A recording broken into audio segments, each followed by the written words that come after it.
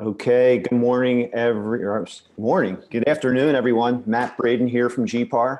So glad to have you with us here for our special session that we have. But before we get into that, I need to take care of a few housekeeping items. So looking forward to the end of this week, Friday, November 13th.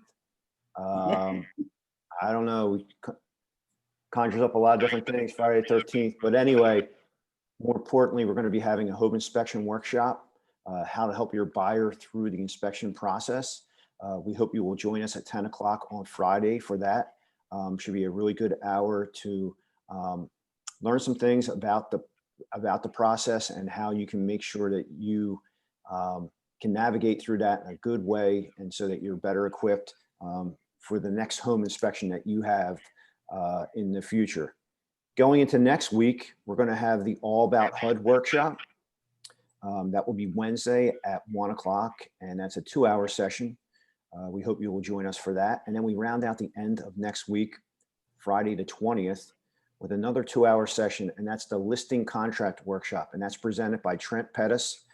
Trent did our session Friday of last week on the agreement of sale, and that was a really great bunch of hours. Great participation from our folks. We had some technological issues, some problems. We worked through them, but needless to say, we had over 100 people join us for that session. It was great. He was fielding your questions in real time. So hopefully you'll join us for his next one. And that's on the 20th again, the 20th of November. That's a Friday. Keep an eye on your inbox for messages from GPAR. We'll remind you guys about that. Getting into today, I'm going to be handing it off in just a moment, but it's important for me to mention today is made possible due to our sponsor, Bright MLS. They're a great partner with us here at GPAR. We're grateful for their support of today's session that we're going to be having. So we thank Joy, we thank Brian. We've got a great team of folks there. They're super responsive to us. Joy helps us out a lot. She works very hard with Donna to make sure that we have different things going on for our members. And Joy's always there to answer our questions. And Brian is a great ally for us to have. He is the VP of our region, and he's just a really good guy. And particularly during this pandemic, he has been super connected with us. So we cannot ask for better partners than Bright MLS, and more specifically Joy and Brian. So thank you guys, and thank you for your sponsorship of today's session. With that, I'd like to pass the mic over to Anastasia Dewan. Anastasia, how are you? Where are you? I am here. Good afternoon, guys. And thank you. And my apologies in advance because I'm traveling. So if I drop out, I'm coming off of a wonderful weekend with a dear friend of mine who just got married yesterday. And I was in charge of planning and being a part of the fund committee. So I'm coming off the high. But thank you and good afternoon to all of our participants, our presenters, our president, Stephanie Biello, and our behind the scenes support. Again, I'm Anastasia Dewan. I am board director for both our local and state level associations. I am chair for this committee and a member of a number of committees on state level and our local level as well. I wanted to thank my co-chair, Annette Collier, and our entire committee for doing the work. And in short, I just wanted to thank Darlene Meekins, the president of the Philadelphia, Pennsylvania Metropolitan Board of Realtors, in advance for partnering with us. And again, on another wonderful event, starting from last year.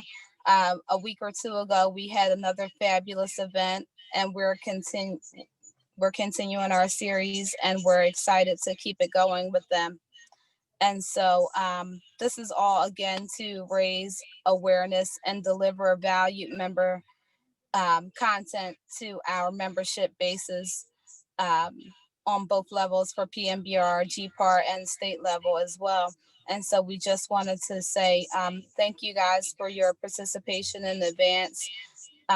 Thank you to our sponsors, and thank you to PMBR, and again to our behind the scenes staff with Matt, Summer, and our other professional staff behind the scenes, and Darlene is going to kick us off to what we have in store for you guys. So thank you.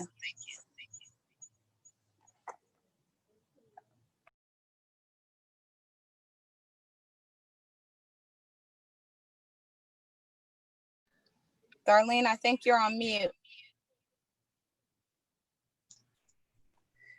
Greetings, everyone. I'll start again. Thank you, everyone, for joining us today. I'm so happy for our second series of 3 to be here with you and all of those that have joined us today. I am Darlene Meekins. I'm the president of the Philadelphia Metropolitan Board of Realtists, the local board president for the National Association of Real Estate Brokers. We are the oldest professional African-American real estate trade organization in the country. That's a whole lot. And we advocate for democracy in housing. We conduct events and workshops for our community and members on housing and building generational wealth, along with supporting and advocating for housing issues. We call ourselves Realtist because back in 1947, when the national organization formed, they would not allow African Americans to be realtors. Not a lot of people know that. Today, I am a realtist and a realtor. I would like to thank the GPAR Diversity Committee for reaching out so that we could conduct this series. I also want to welcome you, our audience, and thank you for being here because I'm sure there's plenty of other virtual calls that you could have been on today or homeschooling over the internet. So thank you for participating. Welcome. I hope you enjoyed this workshop. So I am going to introduce our fabulous speaker, Dr. George James, LMFT.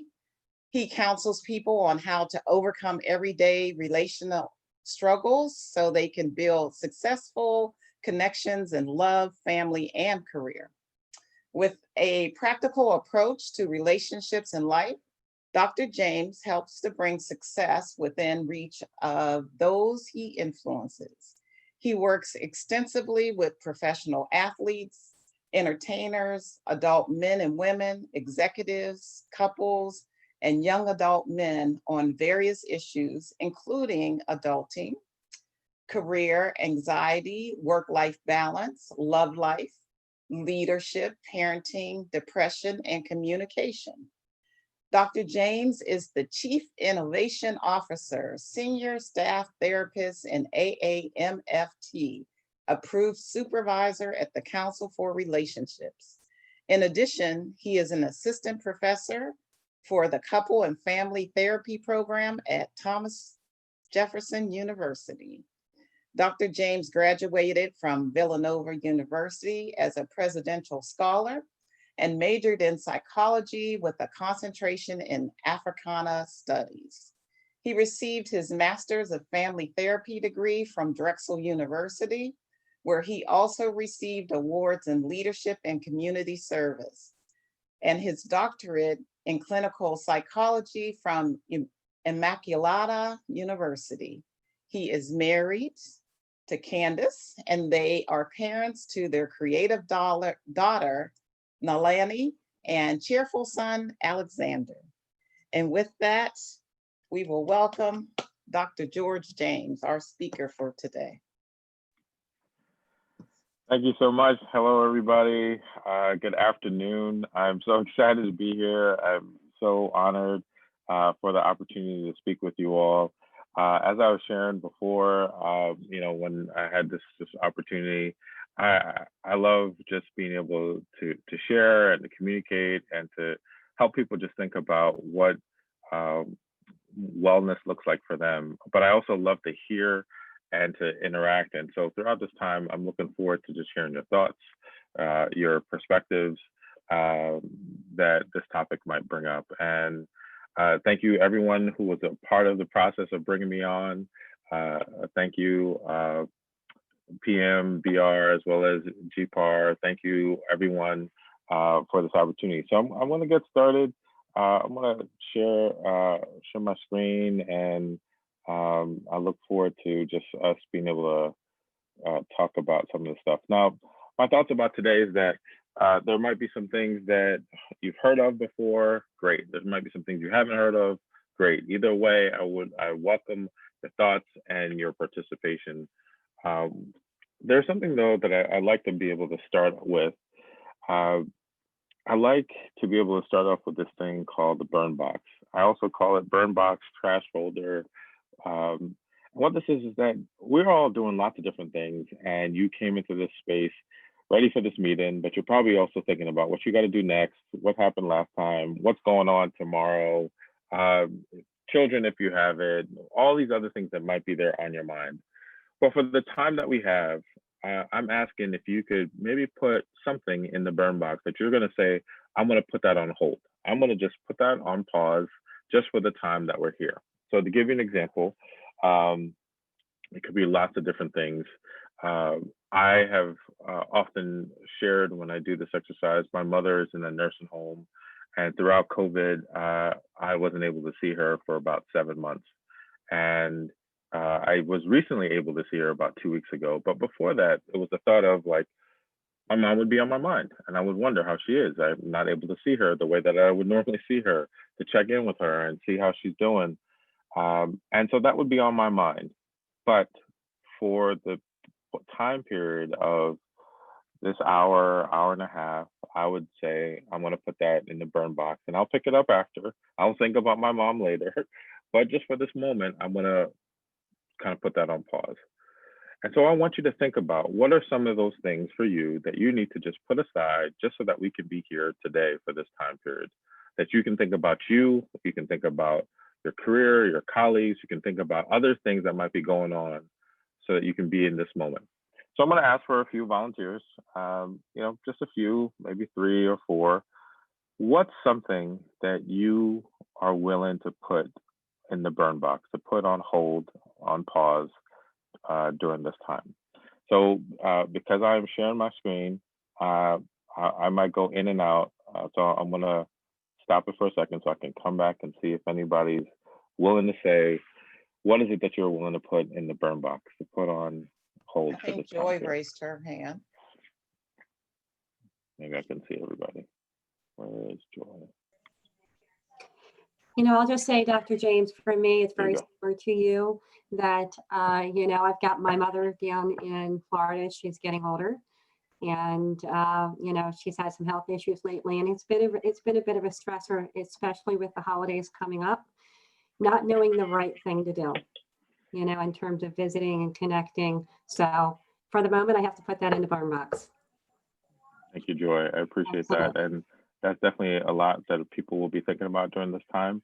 And it's a challenging decision. So thank you for putting that out there and willing to put it in the box. And I'll echo what Joy said. The anxiety and the stress around not getting over this event and other things that I've had going on in my life, but just gearing up for the holidays in the age of COVID. I will put that in my burn box as well. Thank you. I appreciate that. And once again, this is going to be what we're going to be talking about. All these things that we think and feel while we're still trying to thrive, while we're still trying to do the business that we are trying to do, how important that is. I think Dr. Aisha, I saw your hand up. Yeah, I guess it's just about on a crazy Monday. I've already done that, putting something in the burn box, which was I was going through my emails, and I have missed pretty much every GPAR seminar recently. So I said, I just have to log in and do it. I'm late, but I'm coming in. And, what I hear a lot of us talking about taking care of parents, and some of us probably have kids, and we're that sandwich generation. So, struggling with that and being professionals and working at the same time is a double bind in the sense. So it's just nice to I am multitasking, but the fact that I am actually present and paying attention and enjoying it very much is, my happy medium. So thank you. Looking forward to your presentation here. thank you for hosting GPAR and everyone else who put this together. Great. Thank you so much. Yeah, I think that we all are trying to multitask and trying to figure out so many different things. And probably many of you have had to pivot in some way or another. And so, you know, the fact that we can make time for this is really important. I'll open up for one more. I'm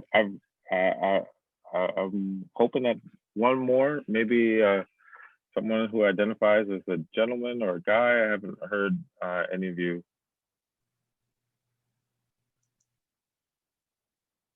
No, guys. What about Gregory? If not, there's somebody. Well, don't worry, I'll call on somebody at some point. I have no problem with that. All right, I'm waiting for one more. Anybody who's willing to share what you're going to put in the burn box. As a guy, I guess I should represent. So I'll just say I am currently, I'm actually was working an offer, so I'm going to put that in the sandbox right now and pay attention to what you're doing. Right now, so I'll do that. No, Offer no, can't wait. No, I appreciate that, and that's part of it, right? There's things there, and I'm not just saying, you know, just for what we're doing, but there'll be multiple things throughout this week, throughout this month, throughout like finishing out this year that sometimes will just take our focus and our attention. And so the burn box is just to actually to remember that sometimes we can be pulled in so many different directions. So let's continue here. So I also like to be able to start off with just taking a moment to take a breath, right? And so I'm gonna do it. I'm inviting you all to join me as we will move forward. Because some of the things that we might talk about, like I said, might be different, might be foreign, might be something you've done, might be something you haven't. And so I just want to take that moment so that we can move in. I'm going to take 3 breaths. I'm going to count to 3, and I'm going to take the first one, and I'll do the 2 after. I'm inviting you to join me as I do the first, and then you can do the other 2 with me as well. 1, 2, 3.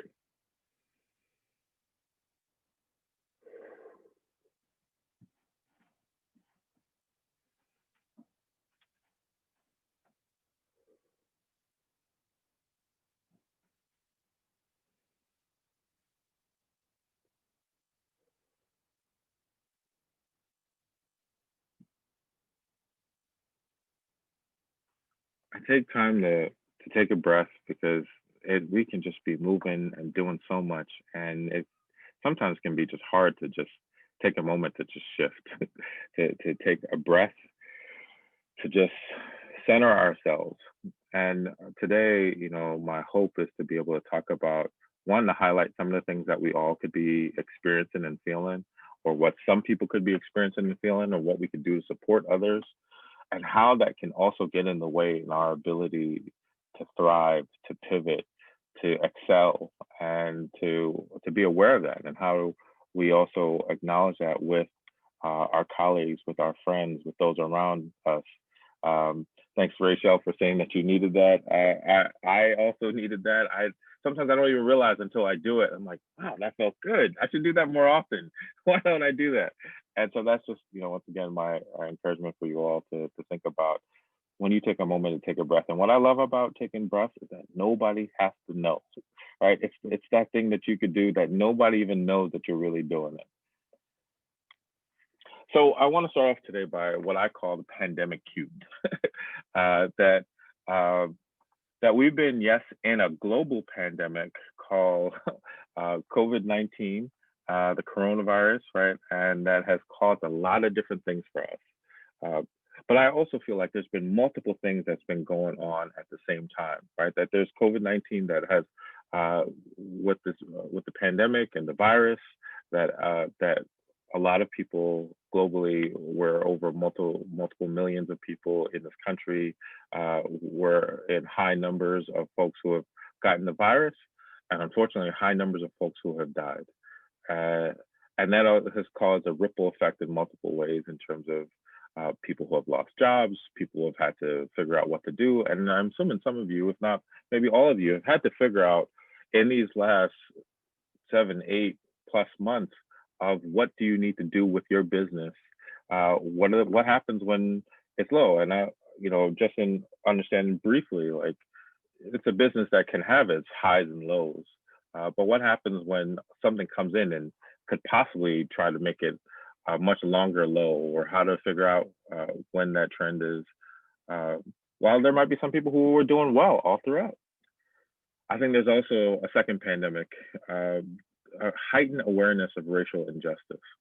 That racial injustice has been going on for a long time, but throughout this year, I think that there have been ways that more people have been able to say, oh, I see it now, or I hear it now, or people have been protesting, people have been using their voice in lots of different ways, and the pervasive impact of systemic racism.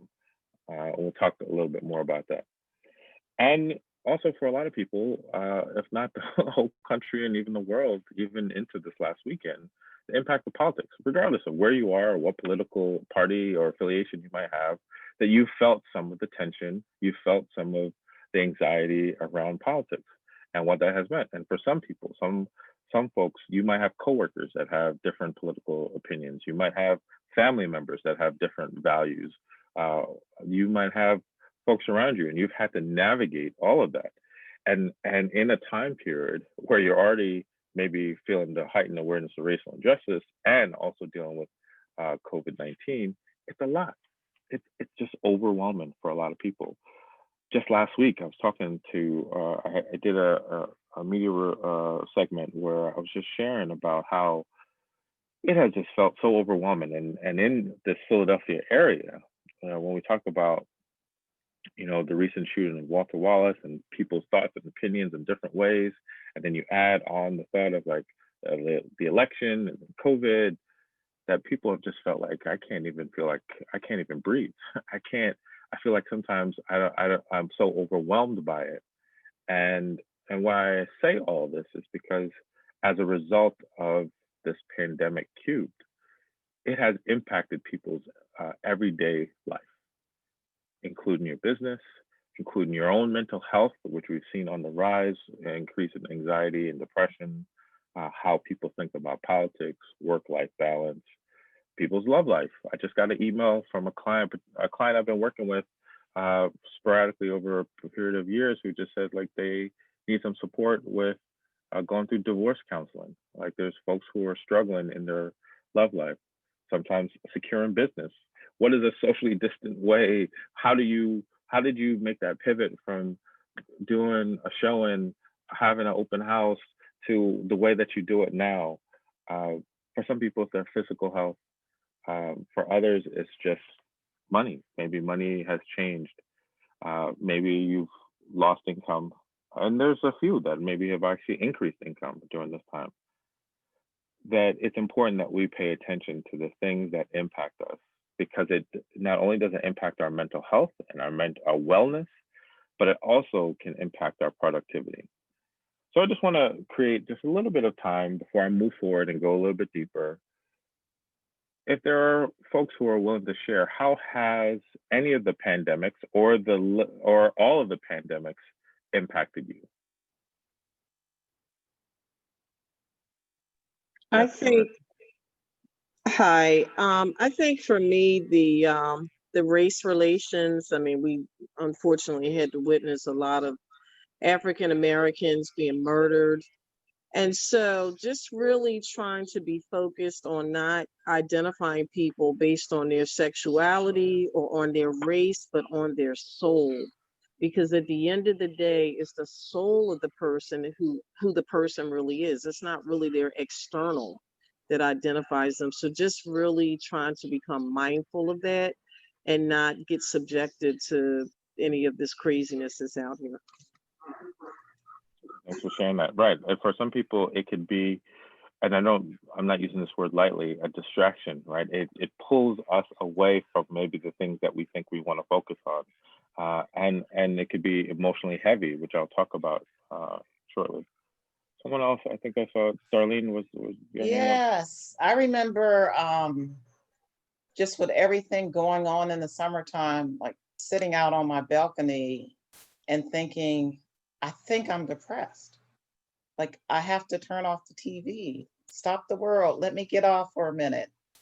And just hard to even get back into the flow of things because of all of the noise that was going on, how much, all of the different tension, the highs and lows, the concerns of, career, business, family, and then everyone being home. It was pretty funny because my daughter also came home.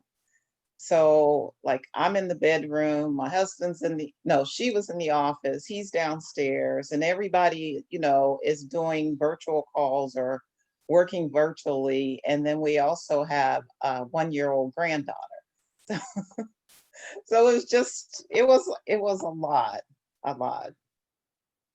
Yeah, I've heard that so much. I've heard so many stories of adult children coming back home, and what that meant for families. Like on one level, that's great, but another level is like, thank you, great. I'm glad that you're back home, and what that means, another mouth or mouths to feed, or to just deal with like space, and all those things that I think have been challenging. And like I said, like just within, it got heightened over this past week, but the political season, and even we're still in, that people have struggled with having conversations with certain people, that they've had to either make a decision, I'm just not going to talk to this person, because if I do, or I'm not going to talk about politics, because if I do, it's going to get to a very bad place. And all these things, once again, can be really hard and challenging for people. One more. Anyone else? How has any of these things or the combination of these things impacted you?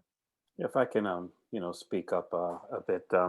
I know for me, obviously, all three with the COVID, the racial, and the politics, they all, intertwine with one another. But the struggle for me is just sometimes trying to keep that proper balance with my kids being 15 and 17.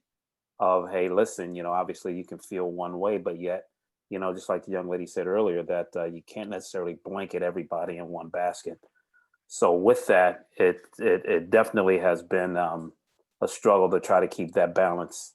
To once this is over with, that you want to make sure that you can continue to send your kids out there with the right frame of mind. So that's one of the main things for me. Yeah, I think a lot of parents across racial backgrounds and ethnic backgrounds, class status, sexual orientation, there's been a lot of families and parents that have been trying to figure out what is the best way for me to teach or language these moments to my children and my family. And most people that I've worked with are not trying to have this one blanket statement, as you mentioned, of this person or these people are bad. But how do we kind of tease out the nuances? How do we talk about and be real about certain things, but also be inclusive or be able to still connect with people from all different backgrounds? And for some people, that's been hard. Some people, that's an ongoing challenge of trying to find the right words. Do we say these now or not? And I've had to work with people to help them figure that out, as that's also been tough during this time. Thank you all. I'm gonna continue, and I wanted to highlight that because this is the layer. What I've said to people, especially in the work that I do, is that if you've never felt anxiety before, if you're like, oh, I'm not an anxious person, 2020 has made you feel anxiety, right? If you've said like, oh, I've never been depressed, I don't know what that is. I don't understand when people say they're depressed. Majority of people have now felt some form of loneliness, sadness, or fatigue that comes with depression. And if you are someone who might say, yeah, I've actually been anxious throughout my life, it is on a higher level. If you're someone who's experienced depression, it's on a higher level. These things impact our productivity. These things impact our ability to show up at work, to thrive, to be our full self, to be the part of you that it was able to sell and close, to help some folks buy.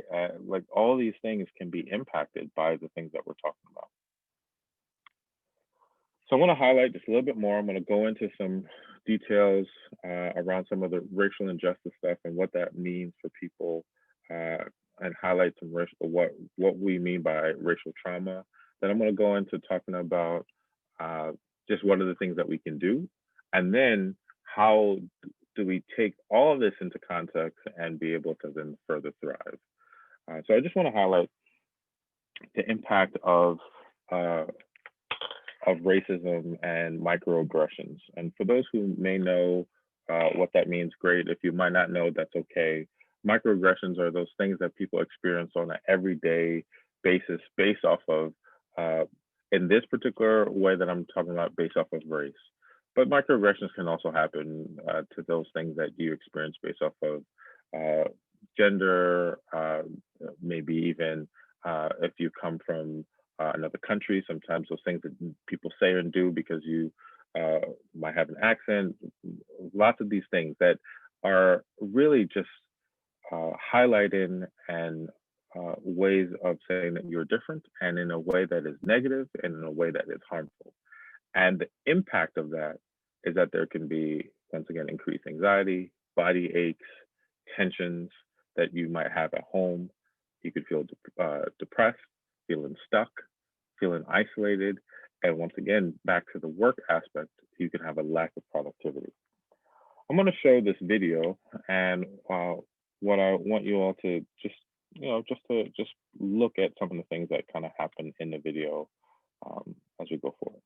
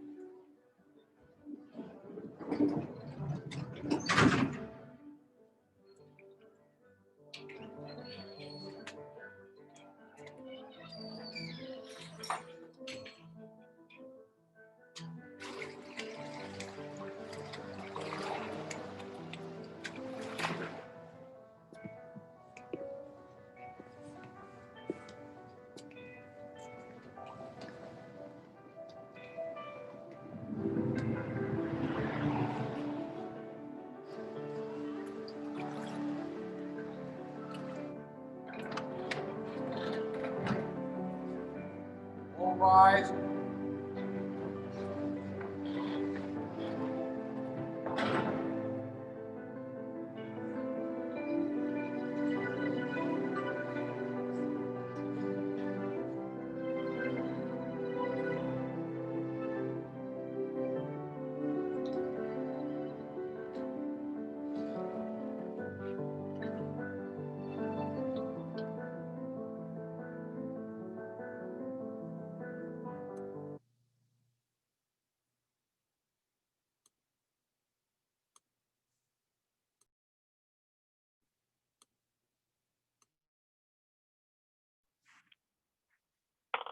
So I show that video to highlight um,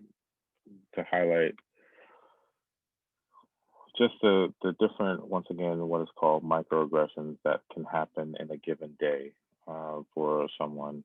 I'll come back. So someone that can happen, right? And for in this example, it was just the things that can happen from just not holding the elevator, right? And you think like, oh, that's not really a big deal. But is it done on purpose? And then if all these things can happen all in the same day for people, I think about also the experiences that a lot of women experience, and just from trying to get from home to work, especially when you were commuting more. How many times might there be an inappropriate gesture or phrase or something that is said to you just trying to get to work? And so how these things can build up. And so to just move a little bit further with that, what we've seen is that there have been a number of Black men and women who have been murdered, killed, shot just this year. And some have been over years, over time, whether going a few years ago, like Eric Garner or Sandra Bland, or folks that might have been this year. Um, uh, this is Breonna Taylor, Ahmaud Arbery, George Floyd, recently Walter Wallace. I believe her name is Malaysia, and then her name is Dina Pop. Uh, Folks who have experienced, and so this intersection of like, what happens when people are experiencing those microaggressions that I just mentioned, and then having to witness or hear about or see a video or see multiple news reports related to the loss of life from all these people. Result is what we call racial trauma. Racial trauma is, uh, as you see here, is the emotional and physical symptoms often experienced by Black families and people of color due to everyday experiences of racism and microaggression. It includes intergenerational injuries that might be the result of personal and collective experiences. And why is this important? Well, you might be a person of color, or you might work with a person of color. Uh, and you might say like, oh, some things have been different, and but not understanding what might that be connected to. And some of the ways that it starts to show up for people, or some of the symptoms, can be hypervigilance, which means just like being on a high alert, just always kind of like looking around. Body aches, once again, which talks about how our body can show us that we are going through some emotional things. We might feel shame, fear. We might struggle with sleep, fear, guilt, again, headaches, confusion, anger. And it shows up for us through increased anxiety, sometimes being silent. Uh, Once again, not having sleep, having anger, lack of production, lack of desire.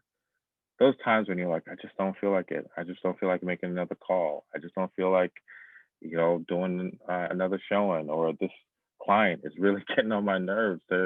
They they're not doing what they need to. They haven't filled out their paperwork. Their credit score is horrible. It's just those things that just start, that is normal part of your everyday life, that is now like, I just don't have the energy for it. I don't have the tolerance for it. And then you start to see how what used to be your normal in your business starts to change.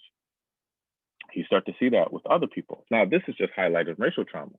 There's lots of other people who have experienced other challenges that could result in very similar things. You might have your own trauma that you've experienced, or what I've said from before, the impact of all the pandemics that I'm highlighting could create very similar things where you're like, I just don't feel like it. I just don't have it in me to keep doing the work the way I used to. Or I need a break, I need a vacation, but I can't really go anywhere. I can't really do the things that I used to. Or if I do, I'm putting myself or others at risk, and it feels just overwhelming. But these things start to impact where we are, what we do, how we do it, and what's going on for us. I'm saying all of that because I want to bring awareness that this could be you, or this could be a colleague, this could be a friend, this could be someone in your network, and it's impacting them personally, and it could be impacting them professionally. And so it's important to think about, how are you feeling? Because our feelings impact our actions, our decisions, and our performance.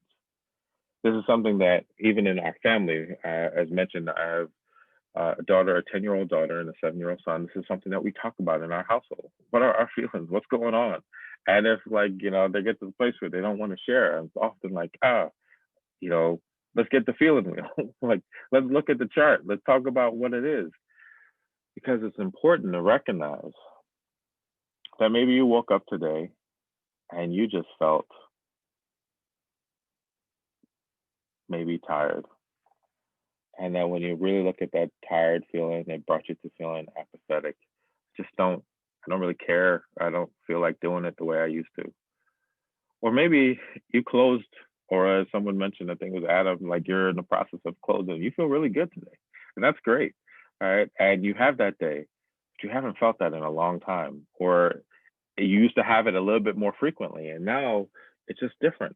Just being able to be aware of what is going on with you in that moment can make a significant difference in how you move forward. So I've been saying a lot, and I want to, before I go into this next part, I want to just check in. I just want to see thoughts and reactions. What are you thinking? What are you feeling? What might be going on with you in this moment?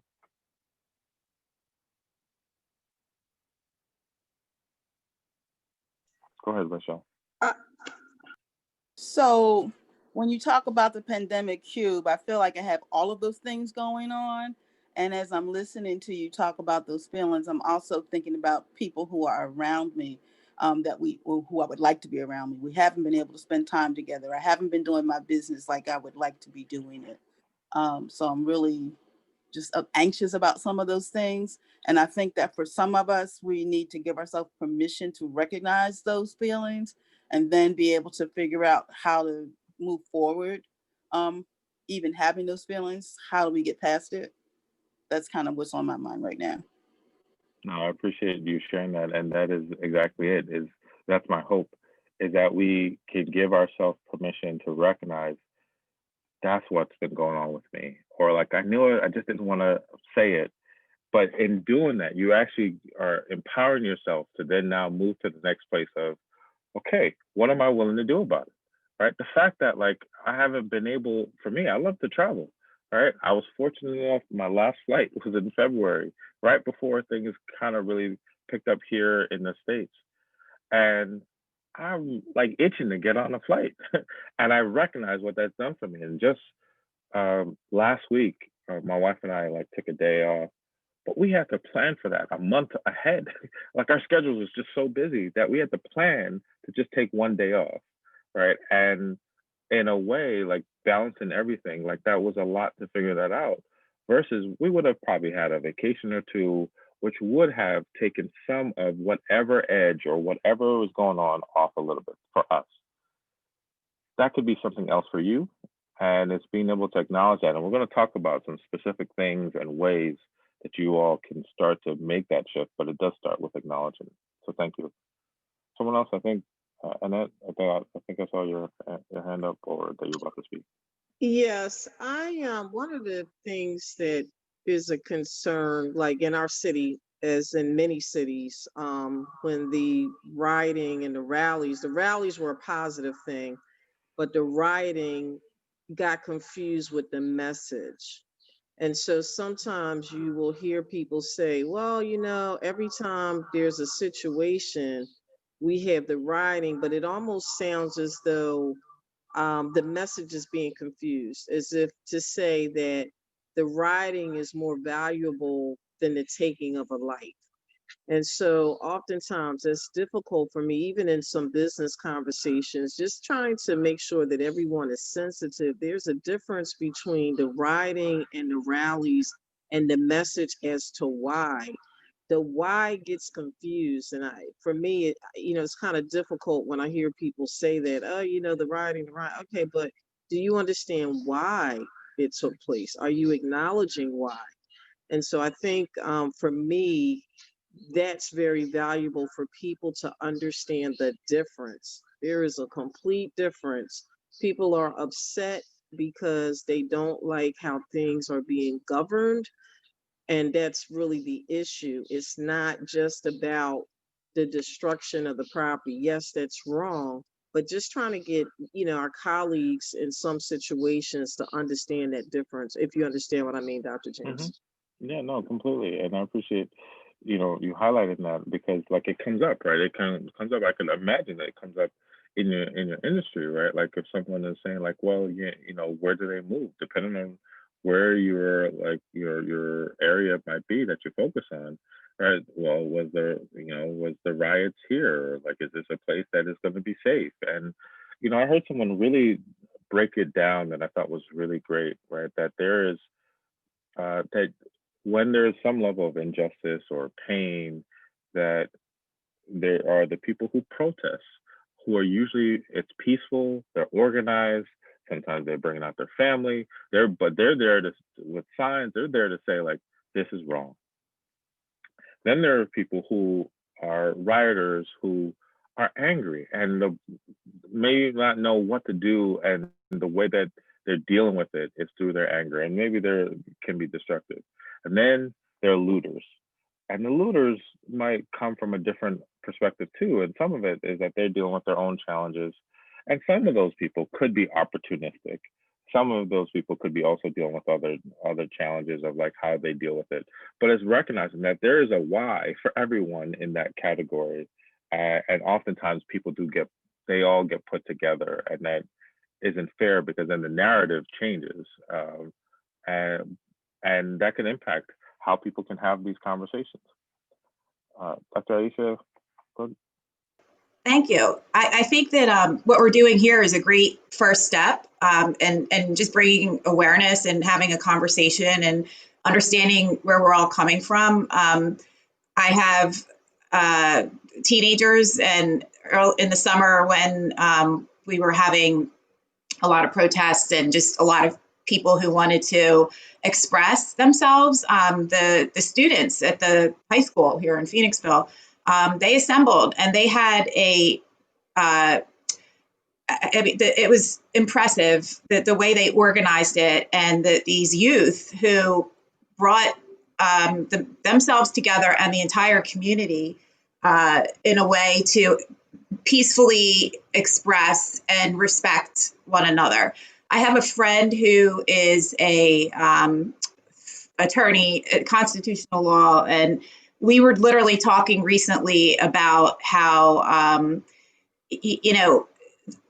we found something out that we have in common that's very interesting. And I said to her, it's kind of odd that people would read the Declaration of Independence, particularly the preamble, and it talks about life, liberty, and the pursuit of happiness. And I said, we are all part of the human race. And that's the one thing that we all have in common. And when you begin to look at the fact that we should not deprive other human beings who have the equal rights that we have, to me, that's what it's all about. It's not, my family's from former Yugoslavia. My parents are immigrants. I'm the firstborn here. I'm the first person to go to college. Born and raised in Norristown. I was a community college of Philadelphia instructor. This month, actually, I'm celebrating my 25th year as a real estate professional. Especially in our industry, we don't realize the impact that we have on the American dream. And so it's so important. And especially here in Philadelphia, and especially with, we're coming up on the 250th anniversary of this country. And especially with what we experienced this week, the whole world came together. And again, I could care less what people's political views are. It's really about, to me, show me the data. And so that's where I come from. But I think that what we're doing here, and the conversation is what's going to help us persevere. And again, you do have the opportunists. I would see groups that would come on to CCP campus, and their goal was to get people wound up. They would sit there and instigate. That's what they came to do. And I would say to my students, the most powerful thing you can do is ignore them, because that's what they want to get you, wound up. So I think that in our profession, in our industry, in this city, just, finding a way to get the message out, but also communicate and bring awareness is really going to help us. And this is a special city. I think, if you've traveled elsewhere and you've seen, like, we do have something here, and the brotherly love and the sisterly affection is without a doubt. I truly feel like, I really believe that. I really do. So I know that's a little long-winded. I'm sorry, but I think it's important for everyone to understand. Thank you, No, Dr. I Aisha. appreciate We appreciate that. Anastasia, are you trying to say something? No, I was just thanking her for her commentary and just saying how we appreciate it. I think that, one, thank you for sharing that. And these are the ways, right, that we do move forward. And I'm a big advocate for being able to stay in the conversation, regardless of where you are, where you're coming from, especially when we have differences. The more that we can have conversations, we can at least maybe have an understanding or come to a perspective that can help us all move forward. So I'm going to continue, and this part, as we now move forward, is highlighting these things that might be impacting us, acknowledging our feelings, and then it's okay. So then, what do we do? And to think about what we do, it starts off with personally, right? Being able to kind of be aware. There's a group called Line Story that's here in the Philadelphia area that is nationally known and has developed this kind of protocol. There's a lot more to it, but this protocol based off of like how people can deal with a racially stressful encounter. But it can also really be used for any stressful encounter that you could end up. There might be a client that is just really over the top and annoying and pushing all of your buttons. And this can really help you to deal with what's going on. It's a acronym CLCB. C stands for calculate, right? Name the feelings. We just talked about feelings, right? Name the feelings that you are experiencing. And even being able to say on a scale of like 1 to 10, like how intense might it be? L is for locate, like where in your body are you feeling it? Oftentimes, sometimes we feel it in our chest, or our throat, or our feet, or somewhere. We feel these things in parts of our body.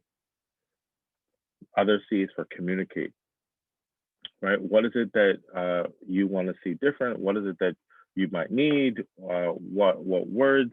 Like just being able to start to talk through what's going on for you. And then the last two is breathe and exhale. We already practiced the breathing before and the exhaling, right? Being able to take that moment to take it in and exhale. Because sometimes we're in that stressful moment, we might not even know what to do, and we might be overwhelmed, flustered. Sometimes we can react, which might not always be the best. And so this is a way to just help you in that particular moment. Calculate, right? What am I feeling and how intense is it? Locate, where in my body am I feeling it? Communicate, say something about what's going on for you. Breathe and exhale. That this is how we start to think about how do we deal with things that are going on in the moment. For some of you, or some of you might be connected with others who are saying, you know what, I'm trying to do the work to be better, right? I don't want to continue some of the things that I've seen or hearing. And there's been a lot of conversation about being anti-racist. But some people will say, well, I don't really know what that means. What does that look like? And it is not simple as just this graph is going to show, but this is just an example of how to think about it. That it can start with a desire, and then there's a part of that, there's just fear, right? And that's normal, right? That I avoid hard questions. I don't really want to go there right now. I don't want to talk about it. I strive to be comfortable, right? And that could be a lot of us, right? We're kind of in this fear zone. And just think about any change that we might have to go through. Think about even how you might have had to pivot your business throughout these months. You might have said like, I don't really want to do so much online. I don't really have to do all that. But, right, you might have figured out a way. The next part is this learning zone, right? I seek out questions that make me uncomfortable. I understand my own privilege. I am vulnerable about my own biases and knowledge gaps, right? So you're learning. This could include reading, seminars, going to different things. And then the growth zone. I sit with my discomfort. I don't let mistakes deter me from being better. I promote and advocate for policies and leaders that are anti-racist. So just thinking about what am I doing in my business? What am I doing with my colleagues? How am I supporting other people? I'm just thinking about what am I doing? Because in this time period, it also helps to feel like, you know what, I have a sense of where I am and what I'm doing about the particular causes or issues. And that helps me to feel good about myself, feel good about what I'm doing, which also then helps me in my work and my ability to feel like I can work with people of different backgrounds. I can work with my colleagues, and I feel like I, as well as they, are doing the work that's necessary. One of the things that I think is really important in terms of like how do we really get to this place of thriving is uh, I thank you for the comment about doing a wider training for the real estate community. That's definitely something we can talk about later, but I appreciate just even the fact that you're thinking about that or thinking about me in that way. As someone who has worked helping people in their mental health, particular in interpersonal relationships from individuals, couples, and families for the past 19 years, mental health is important.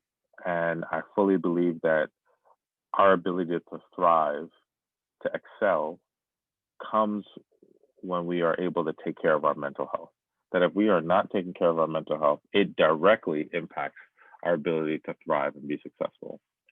And as we said in the beginning, right, when we think about COVID, racial injustice, politics, for some people, loss of business, and that's even before we got into life.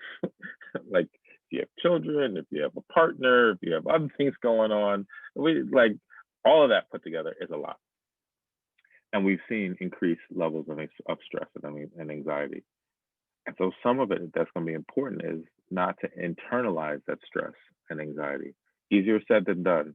Some of us, we don't even realize that we're stressed, but we're acting out. You're yelling more, you're more irritable, you're having more arguments with those that you love and care about. And what's really going on is you're stressed, you're anxious, you're overwhelmed. And it comes back to being able to acknowledge what is going on for you.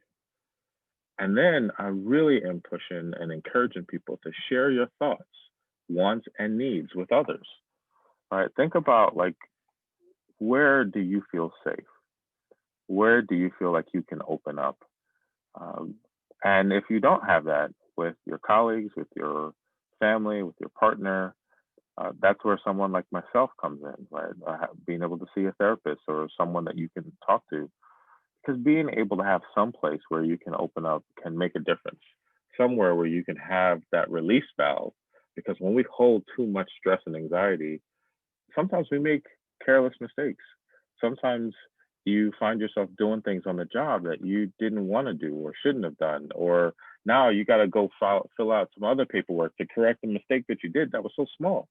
And it can be really things that you're like, oh man, I haven't done that in years. That's like a rookie mistake. I don't believe I did that, right? But sometimes when we're stressed and overwhelmed, that can happen. Some people have had some more time during these past few months. And people have been trying to think about what do they want to do with that time. My encouragement has been to use the time to think, plan, create, and work on some of your goals. And maybe you've been doing that. Maybe you've been thinking about how do you want to expand your business? Maybe you've been thinking about, do you want to get another certification? Do you want to go to another training that's offered by one of the organizations that's offering this training? Are you trying to do other things? Are you trying to connect with colleagues? Are you trying to build? All these things, this is a good time to be able to do that. To then really plan, to then say, what do you want for 21? As 2020 has brought some really challenging things for people. I also think that this is a really great time to reinvest in your friendships.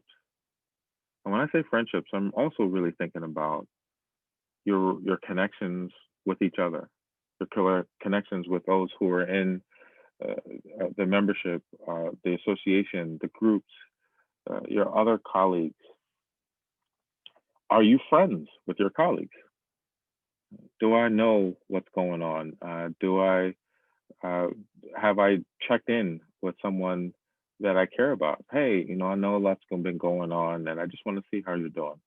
Are you good? Are you okay? And that could be about any of the things that we've talked about. Hey, I know that COVID has been tough, and I've found this thing that I'm able to do in my business. How are you doing with your business? Or I know we just had another incident that's just adding on to all the hurt and pain around racial injustice. And I just want to see how you're doing. Have you checked in with your colleagues? Have you checked in with each other? How do you even define friendship? What does that look like? Because sometimes I know that in my work, I can show up and I can kind of chit chat with colleagues, but do Do I consider them friends? At some point, sometimes no. Would I really let them in? Would I really share some of the things that's going on with me? And I'm saying that because I think this is a great time to invest and reinvest in our friendships because we need each other. I fully believe that if we can work together, if we can support each other, there's a lot that we can accomplish. But we might need to block out some distractions that can get in the way. That could be television, that could be family or other obligations. That could even sometimes be children. And that's hard. If you have young children who are at home and you're trying to balance between everything you're doing and then help them to get online, or you have adult children who are coming back and they're bringing their children, and then now it's just more, that can still be a lot. And figuring out how to navigate all of that. And then being able to learn more about the business by asking questions. What is the latest trend? What is going on right now? Maybe one of your friendships or colleagues knows about this. When's the last time, even though you might not, maybe you're getting together in a socially distant way, or maybe you can say like, hey, let's just have a phone call. Let's just talk with each other. To really ask yourself in your personal business right now, what do you need to do to be successful during this time? Is it a new app? Is it a new service? Is it something else? But if you are trying to do that in isolation or on your own, I think it's hard or difficult to thrive. And so it's a good time to reinvest in your friendships and those you're connected with.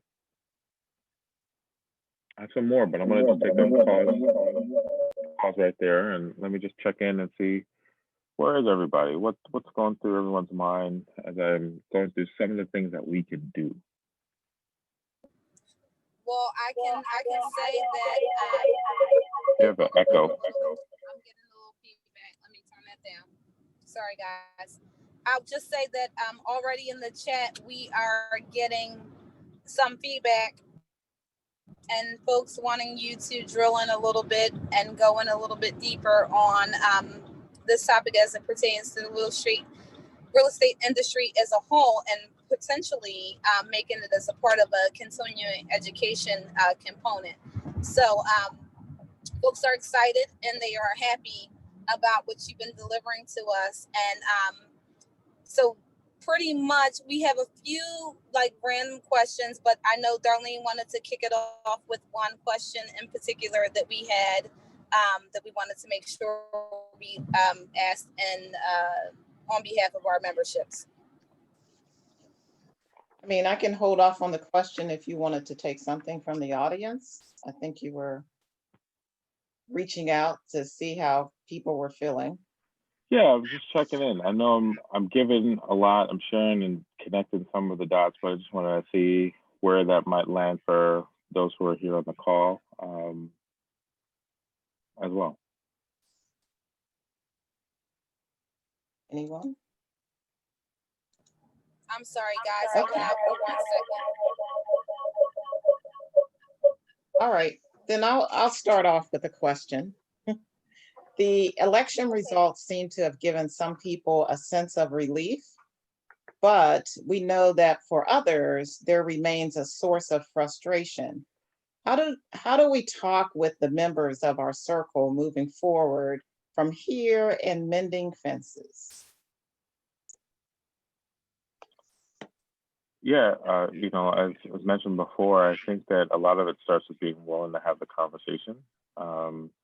I think that if what I've said before regarding the politics is that it's important if we can see the person and not the politics, it becomes very hard. But if we can remember that, oh, we have something in common, this is somebody that I like, this is somebody that I value, then we can start to have these conversations. Some people have actually had to make decisions and say like, let's rebuild. Once again, going back to this reinvesting, let's rebuild our friendship and our connection. Let's just maybe not talk about politics for a while until we can feel connected again. Or it might be able to say like, I had another person who said, look, you're not going to change me. I'm not going to change you. Let's just not go there, right? But they made it open and it was a conversation. And in terms of, a lot of what we're saying today is acknowledging the pain, right? Acknowledging like, hey, look, I know that this was hard for you and it was hard for me, but I trust you. We've worked well together. Let's just find a way how to work with each other. You supported me in my career and my business, and I want to support you. Let's make that our focus. And sometimes we have to be that explicit with each other to really be able to move forward. Dr. James, you made mention about the connection of people. And one of the things that I've observed is when it comes to networking, oftentimes we are not commingling. So there's a division between races, there's a division between ages, and just trying to figure out how we can go beyond that. So if we're at a networking event, not always just engaging with the people that we know, but engaging with people that we don't know, because in most situations we have more in common with each other than not. Yeah, I think that becomes that personal thing, right? That, some of you, if not all of us, have been to a function where we feel uncomfortable and then we're looking for some connection point, which is normal. Someone I know, someone who I've seen before. And if you don't have that, usually you're looking for maybe someone that looks like you, right? Someone that you have something in common. Uh, but the next thing that we sometimes can do is then to say like, I'm gonna push myself to go get to know somebody. And if you're extrovert, maybe that's a little bit easier. But if you're more shy or more internal, that might be difficult. But it's about being intentional and saying, you know what, I realize I've been working with people who work on this side of the business, and all of my contacts are on this side. But I really need to talk with somebody on that other side of the business. And they might look different. They might come from a different background, but it's to be intentional to say, I'm going to do that. For me in my life, what I've done is that there have been places that have been safe for me, like home base. Like for me, it's been the place where I went to undergrad. I went to Villanova, and a lot of new things in my career I've been able to do by just going back and doing it on campus, whether it be a speaking engagement, a consultant opportunity, whatever. So I've been able to push myself in places that have been uncomfortable, but I've been able to find a place where it was safe. So it might be through a common connection. Maybe you know somebody who knows this other person. Can you connect me with that person? And that makes it safer or easier to then connect with somebody of a different race, of a different background, of a different age. And what we realize is that, as someone said earlier, that we start to realize that we have things in common with people who you think you might not have anything in common with. Start to realize that people have similar desires or values, and you're like, you know what, I could hang out with this person. Yes. That's awesome. So, to drill down on a more immediate that people are dealing with on a day-to-day basis, we have a question. Because of the pandemic, we all have to think about upcoming holidays and difficulty about upcoming events in different ways. How can we prepare our circles for dealing with the added stress of the holidays and on top of us keeping our businesses going in the age of COVID? I think the biggest thing that people have had to think about regarding the holidays is the willingness to do things differently. And I think that that's something that you all have been trying to do already. That there's a way you've done and ran your business. There's a way that you interact with people. There's a way that people have Thanksgiving or the holidays. There are traditions that people do, and normally I would support and encourage people to have those traditions. And if you can, that's great. But there's also a way of saying, well, having 30 people in your house that have been all over might not be the best thing to do. And that might not be safe for anyone or everyone, right? You don't want to be the new super spreader event of COVID all over the place, right? And so it's maybe saying for a lot of families, what I'm hearing is that they're willing to say, like, we're just going to make it a little bit more intimate. Now, The challenge is, what if you're saying like, well, I'm not in a big family. It's just me, right? I'm by myself. I'm single, or I just recently got out of a relationship, and my kids are grown.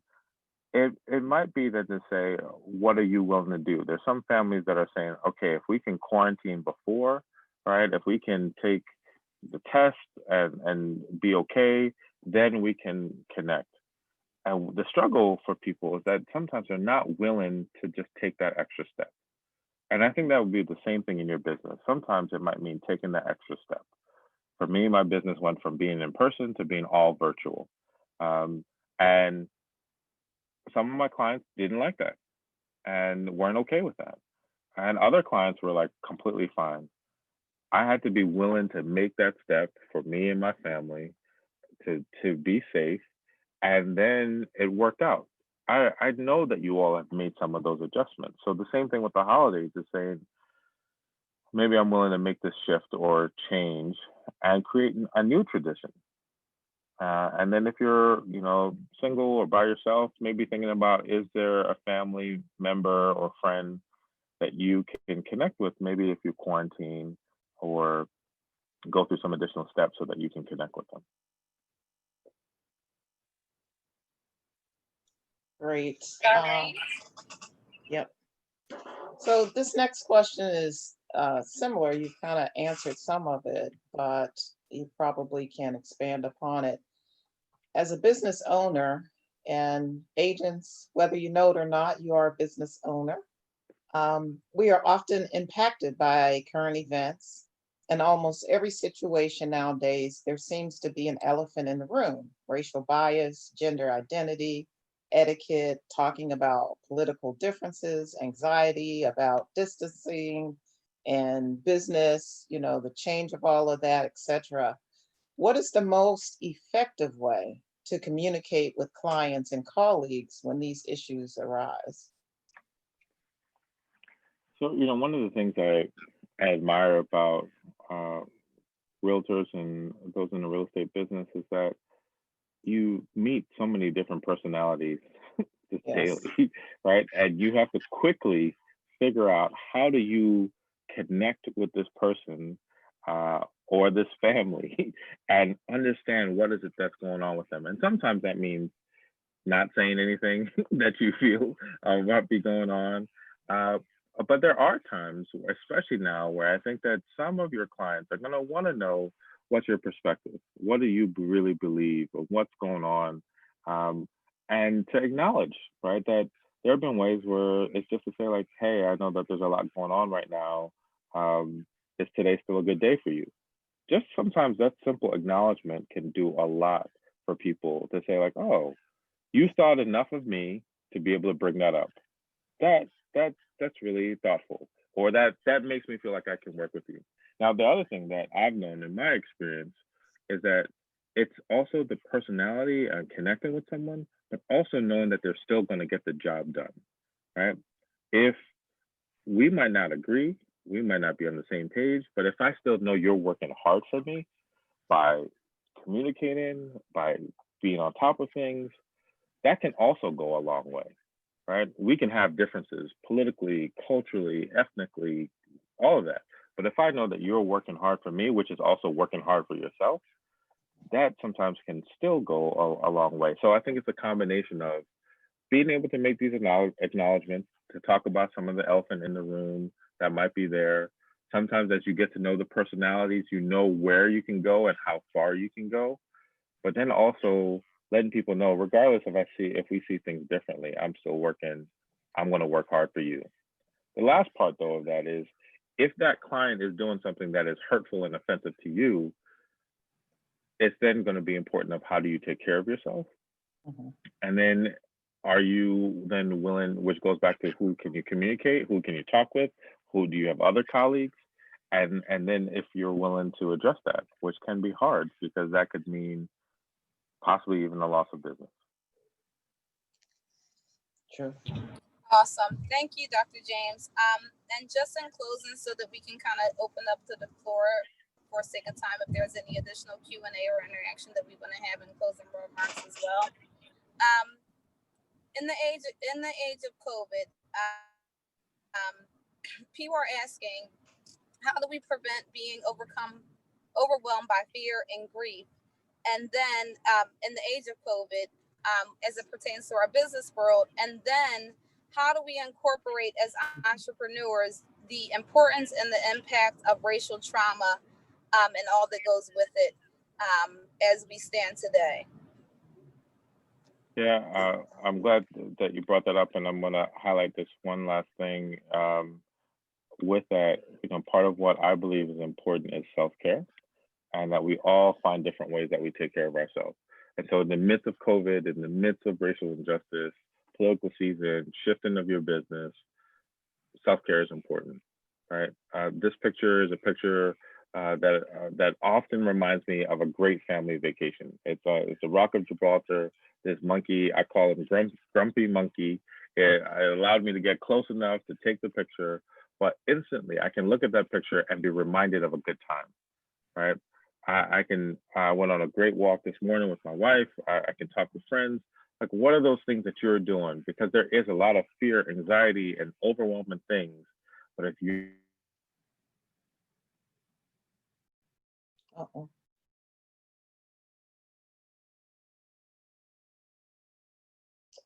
I think he froze. Did we get cut off, guys? I'm sorry. often people of color struggle with is being able to know that they can take the time for themselves, that they can take that time for themselves to do what they need to do. Because for some people, they feel like I have to always be the one. I have to always lead the charge. Sometimes you need to just take a break. You need to get a cup of tea and just, relax. And that's okay. There is nothing wrong with that. So that's what I would say, that with everything that's going on, to still find things that you can do that make you feel good, that make you feel empowered, that energize you. Because if you are on empty, it's hard for you to do your work. It's hard for you to be productive. It's hard for you to be there for your family and those you care about. You have to fill the tank at some point. Wonderful. Awesome. I do Do not we see have any, anything else in the chat or any pressing. Do we want to call from the audience, Darlene? Yes. I see the doctor there. And Serene. just as just housekeeping, so that we make sure that we cover all of our bases at the end, we're on about a 10-12 minute countdown. Okay. So is there anyone that would like to share? You can unmute yourself or raise your hand.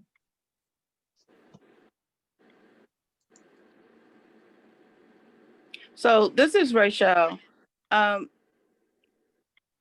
do have a question about. And thank you, Rachel, before we get in, because I know at the end we won't have time for it, but Rachel is a part of our diversity committee, and she has been very much in communication with Dr. James and fielding questions, and really just trying to make sure that this was a robust presentation of content. So thank you, Rachel.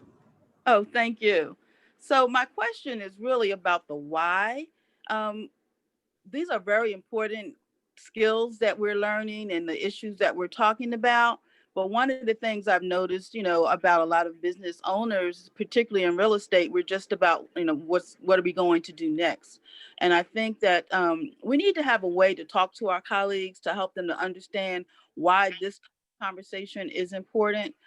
Dr. James, what would you suggest would be a good way for us to kind of convey this information to our colleagues? Like, it's important that you do self-care. It does impact your business. It's important that you understand, why racial trauma could impact your business, no matter what race you are, and that kind of thing. Can you enlighten us a little bit on that? Yeah, I think that if we could believe that we are all in this together, then we can realize then if one thing impacts one person, it impacts us all. But I often share, Dr. King's quote about injustice anywhere impacts justice everywhere. right? So the thought that like something could be going on in another part of the world and that could impact us. Something could be going on in another part of the country and that does impact us. And as you all know, like something could be going on in a particular city and that could impact trends, that could impact how much places are sold or what happens, right? Just by certain things that are increasing. And also, I think there's just, I think it was said earlier, I think Dr. Ayesha mentioned about like how you all are in this business that helps so many people to feel like they get a piece of the American dream. And unfortunately, part of the history of of this country is also based in injustice and racism and so many other isms.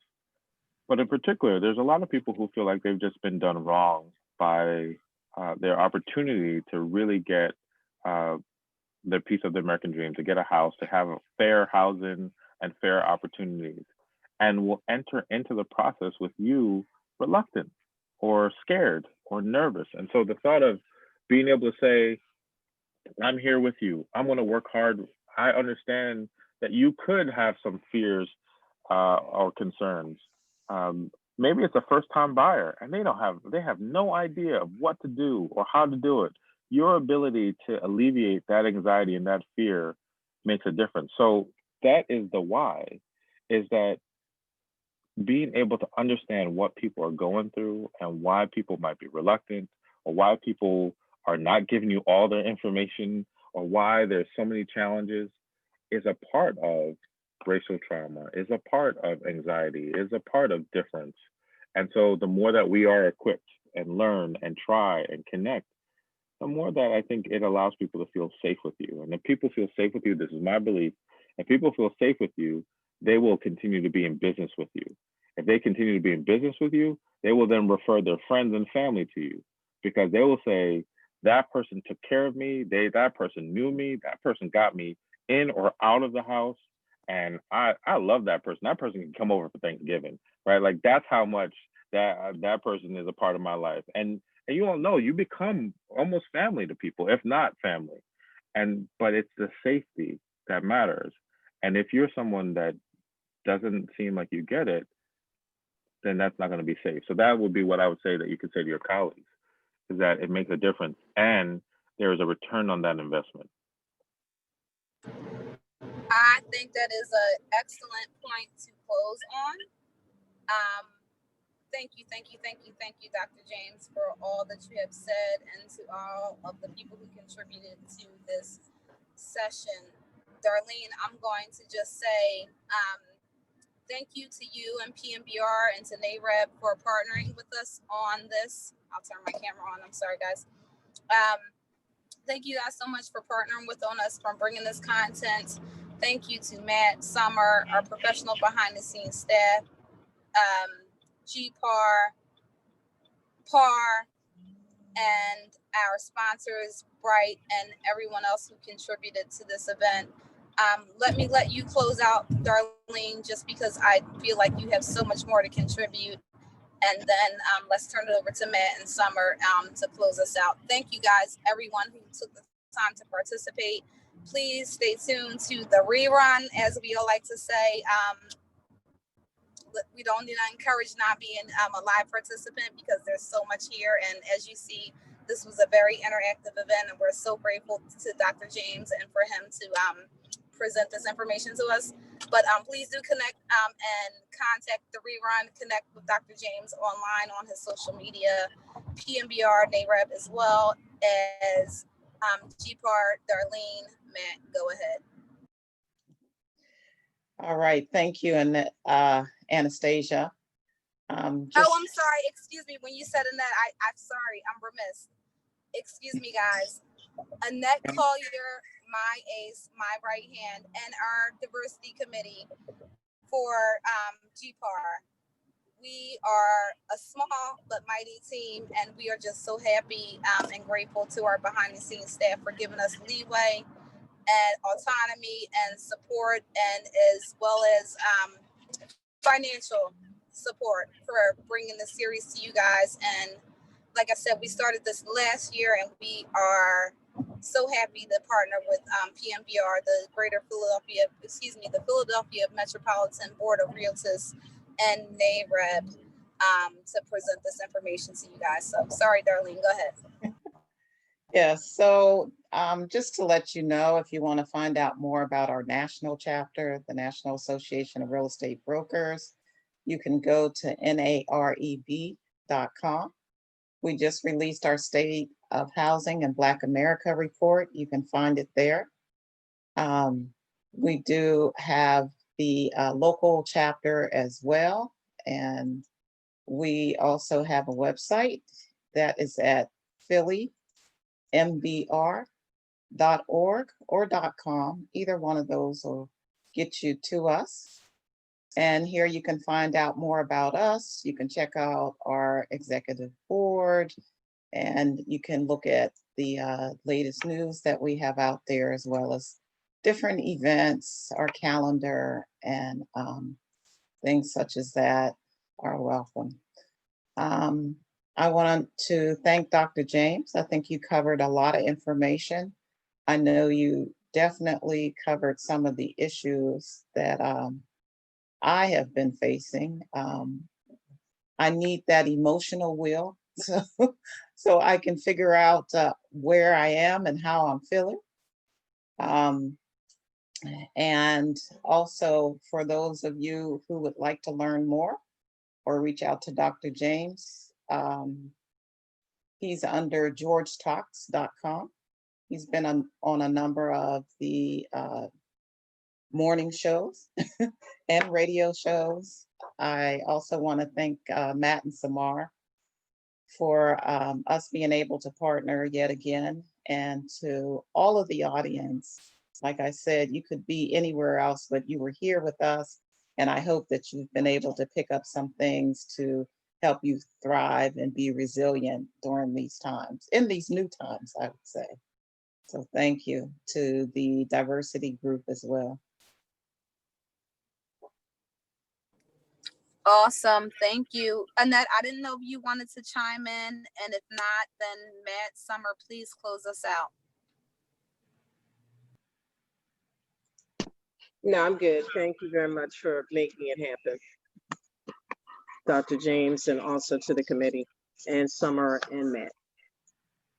Okay, everyone. Thank you very much for tuning in. Dr. James, great job. And maybe one step to follow through on some of the things that he gave us to think about today is go outside for a nice walk in this beautiful weather. Suck in more than 3 great deep breaths of that beautiful warm air out there. It's a great day. Take advantage of that. Again, just want to wrap up by saying thank you to Bright MLS for your support of today's session. We're very, very super grateful for that. And we're grateful to all of you for tuning in and taking some time out of your day to share your thoughts, your impressions, your time. It would be totally impossible without you guys being a part of this. So thank you very much. Keep an eye on upcoming events. And we have the 3rd session of this 3-part series will take place not too far away, December. It sounds far, but it's not far. It'll be here before we know it.